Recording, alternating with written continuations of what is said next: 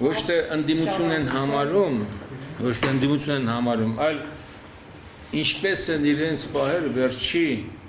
10 տարվա ընթացքում ով են եղել, ինչպես են հանդես գալիս։ Գիտեք, շատ հեշտ է այսօր, շատ հեշտ է։ Եթե սկսեմ Ռոբերտ Քոչյանը ու ավարտեմ Ռոբերտ Քոչյանը, այնքան հեշտ բան եմ ասելու, այնքան բան կարամ ասեմ։ Բայց ես ընդդիմության մասին Ես մի րոպե սպասեք ձեր հարցին պատասխանում։ Բայց ասում եք ով ընդդիմություն, ընդդիմությունը նա է, ով խոսում է այսօրվա իշխանության մասին եւ ասում է նա ինչպեսին սա կա։ Այդ ընդդիմությունն է։ Եվ այն բոլորը, ովքեր ընդդիմադրի դիմակ են հագնում եւ իրենց ընդդիմություն են ձևակերպում, կամ էլ ասենք թե այն կողքի անկյունում գումարը ստանում են իշխանությունից, որպես ընդդիմադիր հանդես գան։ Դրանք որպես կանոն խոսում են միշտ անցյալից եւ ոչ մի բառ ներկայից։ Այսօր ինչը ինչ սրիկայություն է կատարում ժողովրդի գլխին։ Ինչ են սրանք անում ժողովրդի հետ։ Հիմնական թերությունը համարում եմ, որ մեր անկախության գաղափարը ի սկզբանե 90-ական թվականներից ճիշտ չմեկնաբանվեց ժողովրդին։ Այսինքն անկախությունը բացարձակ արժեք է։ Անկախությունը դա սիմվոլիկա չի եւ լոկ իրավական բնահայտական չպիտի տեղ։ Անկախությունը դա եւ տնտեսական եւ քաղաքական եւ փոխվել է, ժամանակներ են փոխվել։ Այսօր էլ ես ինչ եմ այսպես սկսում որ գանք հասնենք այդ մաքսային եւ այդ արժեքը իմացող, չիմացող այդ արժեքի մասին խոսում է, այսօր եթե մի քիչ կան տնտեսական դժվարություններ, այսօր եթե Ռուսաստանի հետ, Եվրոպայի հետ ինչ որ կախվածություն դժվարներ, ուրեմն դա անկախության հետ են կապում, դա շատ սխալ է եւ մի խոսքով, որ ամփոփիչ ասեմ, մենք անկախության գաղափարները որպես այդպիսին չենք կարողանում ճիշտ մեկնաբանել ժողովրդի եւ դրա արժեքը այսօր ես հավատացած եմ, մենք հայրենասեր ենք հայերս, մեր հայրենիքի պետության, պետական անկախության իրական արժեքը։ Ես կարծում եմ, որ մենք դեռևս մեր ժողովրդի մեջ լրիվ գիտակցված չի։ Ինչու՞։ Որտեղ դա չենք բացատրում ժողովրդին։ Որտեղ անկախությունը կապում ենք, չգիտեմ, տնտեսական դժվարությունների հետ, տնտեսական դժվարություններն են կապում անկախության հետ։ Դրա նպաստում են եւ իշխանությունները, տարբեր իշխանություններ են եղել, ճիշտ չմեկնաբանելով, մեր սխալներով, մեր տնտեսական, քաղաքական սխալները կապում ենք անկախության հետ, որը բացարձակ դա հետ կապված չի։ Չենք առանձնացնում անկախության գաղափարը մեր պետության հետ։ Սովետական միության մեջ եղած ժամանակ անկախության չափից այդ արժեքներ մենք ճիշտ չգնահատեցինք 90-ական թվականներից սկսած նոր վերջի շրջանում 1-2 տարի որ նոր մենք նույնիսկ մեր անկախության տոները լիարժեք չենք տոնում այնպես ինչպես տոնում են մնացած բոլոր ժողովուրդը որպես տոնի որպես ազգային տոնի բայց վերջին շրջանում դա զգացվում է այդ միտումը ավելի լիարժեք մեկնաբանելու տոնելու դրա կարևորությունը դա շատ կարելի անկախության մասին խոսել, ձեռքբերումների, ես հիմնականում ձեռքբերում համարում եմ մեր իրավական անկախությունը, մեր բաննակը, հենց սիմվոլները, որ մենք գոյություն ունենք եւ բնականաբար դժվարությունները տնտեսական, քաղաքական, դրանք անկախության հետ քիչ եմ կապում եւ անկախության գաղափարի ճիշտ անցալումը եւ մեկնաբանումը նաեւ նպաստելու է հենց այդ դժվարությունների հաղթահարմանը։ Հայաստանը անկախացավ դարձավ ինքնիշխան եւ մենք ամեն ինչ պետք է անենք որպեսզի դա պահպանենք։ Ունենք շատ վատ աշխարհագրություն, մի խայտարակ աշխարհագրություն ունենք, ինչևից է,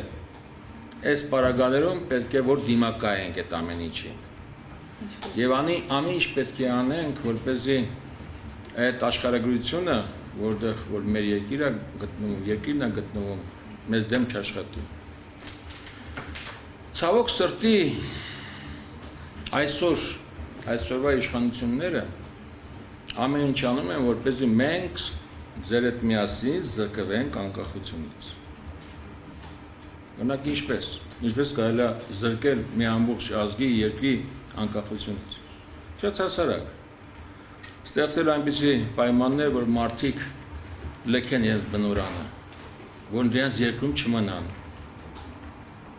Մի շարք խամաճիկների ձեռքով այնպեսի տպավորություն ստեղծեն,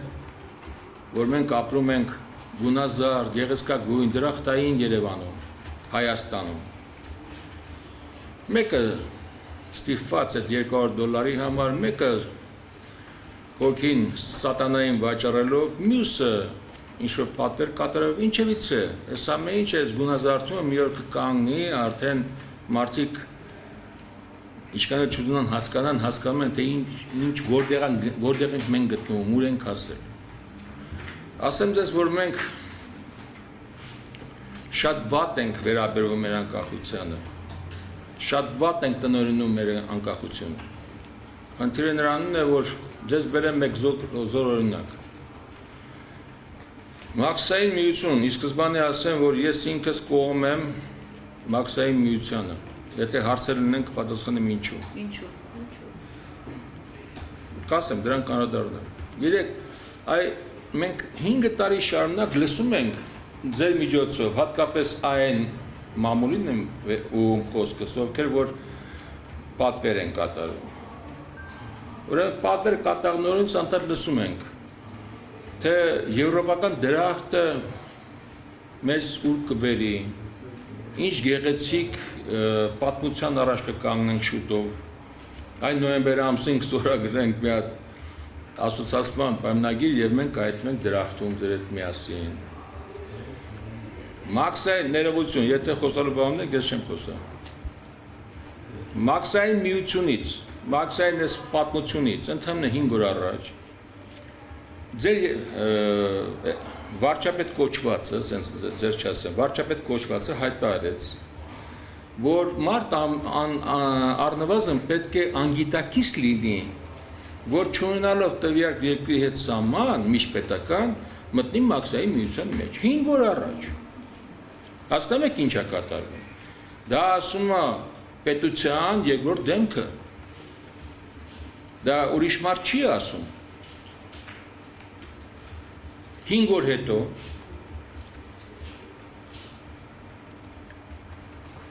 նախագահան ստորագրում է,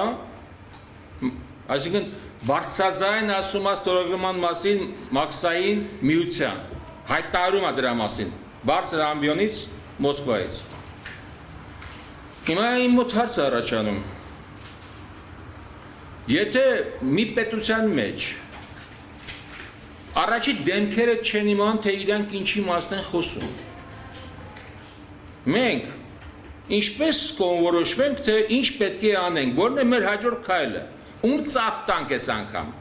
Ծափ տանք նրան, որ ասում են խելագարը նման բան կանի, թե նրան, որ գնաց համաձայնվեց։ Ես ինքս չեմ կարողանում հասկանալ, ասենք թե ընդդիմադիր չեմ։ Հենց ՀԿ-ի անդամ եմ։ Ինչ մտածեմ, սրանք տուն են խաղում, խաղ են անում, ինչ-որ այս ժորդին լրիվ դրել են չեմ ամ ումտեղ,